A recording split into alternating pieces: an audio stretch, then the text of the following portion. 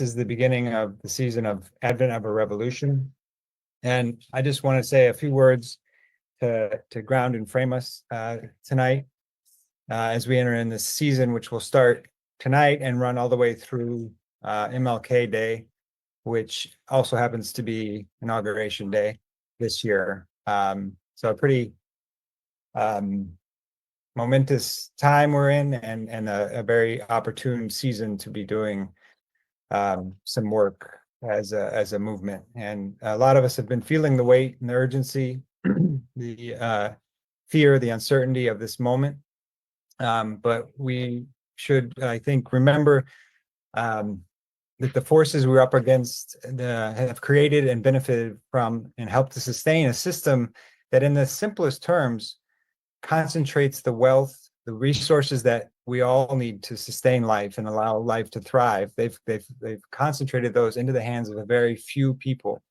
And at the same time, that system creates poverty and misery for most of us.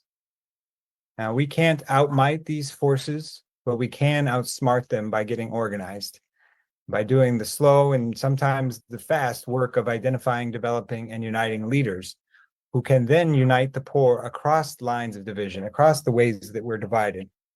And we can come together in a movement when we do that and come together as a social movement, we can truly contest power.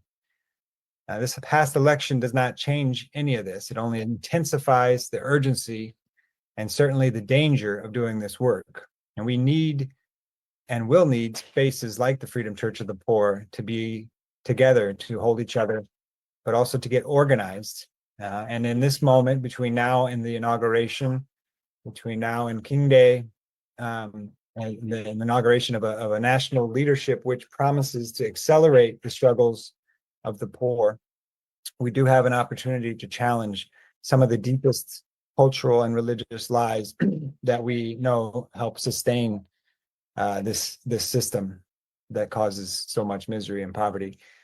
And the season we're about to enter in, this holiday season in the US, is often characterized with cheery songs and extravagant spending and familiar red-nosed Coca-Cola Santa Claus. Should note that the real Santa Claus stole money from the church and used it to free slaves. And we see in this time of year toy-making elves and people on street corners ringing silver bells and collecting money for the poor. And the